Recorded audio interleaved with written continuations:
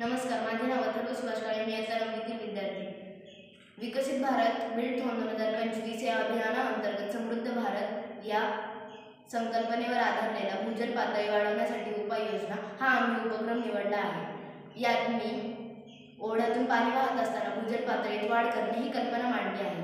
यात ओढ्यात 200 मीटर अंतरावर जमिनीत पाईप टाकून त्या पाईपला छिद्रे पाडून त्या पाईपच्या वरती सिमेंटचे चौकोनी बांधकाम केले व त्या पाण्याच्या प्रवाहाच्या दिशेने त्या ठोकळ्याला छिद्रे पाडून ते पाणी छिद्रांमधून आत जाऊन त्या पाईपमधून जमिनीत मुरेल. याने पाणी भूजल पातळी वाढवण्यास मदत होते.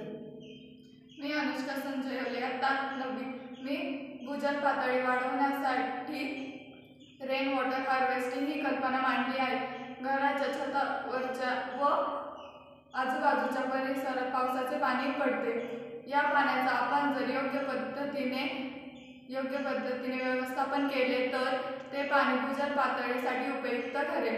घराच्या छतावरचे पावसाचे पाणी पाईपलाईनद्वारे घराजवळील खड्ड्यांमध्ये आणून सोडावे. ते पाणी हळूहळू जमिनीत मुरले जाते. छतावरच्या व आजूबाजूच्या भागात पावसाचे पाणी बोरवेल्समध्ये नेऊन टाकू शकतो. ज्याप्रमाणे जमिनीत पाण्याचे प्रमाण वाढेल, म्हणजेच भूजल वाढेल.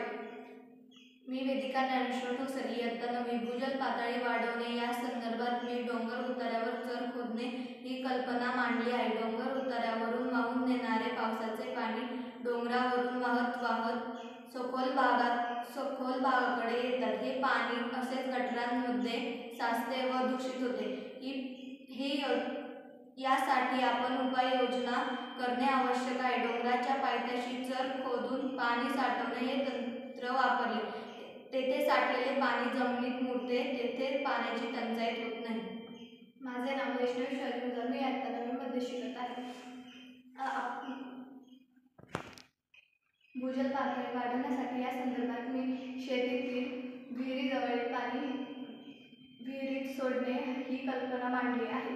आपल्या शेतातील पावसाचे पाणी शक्यतो वाहून जाते, पण ओढा, नाले, नदी यांमध्ये प्रवाहित होते. शेतीमधील हे प्रवाहित पाणी असणाऱ्या खोलगट भागात जमिनीत मुरवता येते किंवा विहिरीमध्ये सोडता येते. विहिरीच्या आजूबाजूच्या सर्व दिशांनी पाईपद्वारे हे पाणी विहिरीत सोडता येते. त्यामुळे भूजल पातळीमध्ये वाढ होते व कायमस्वरूपी विहिरीला पाणी राहील व सिंचनासाठी सोय होईल.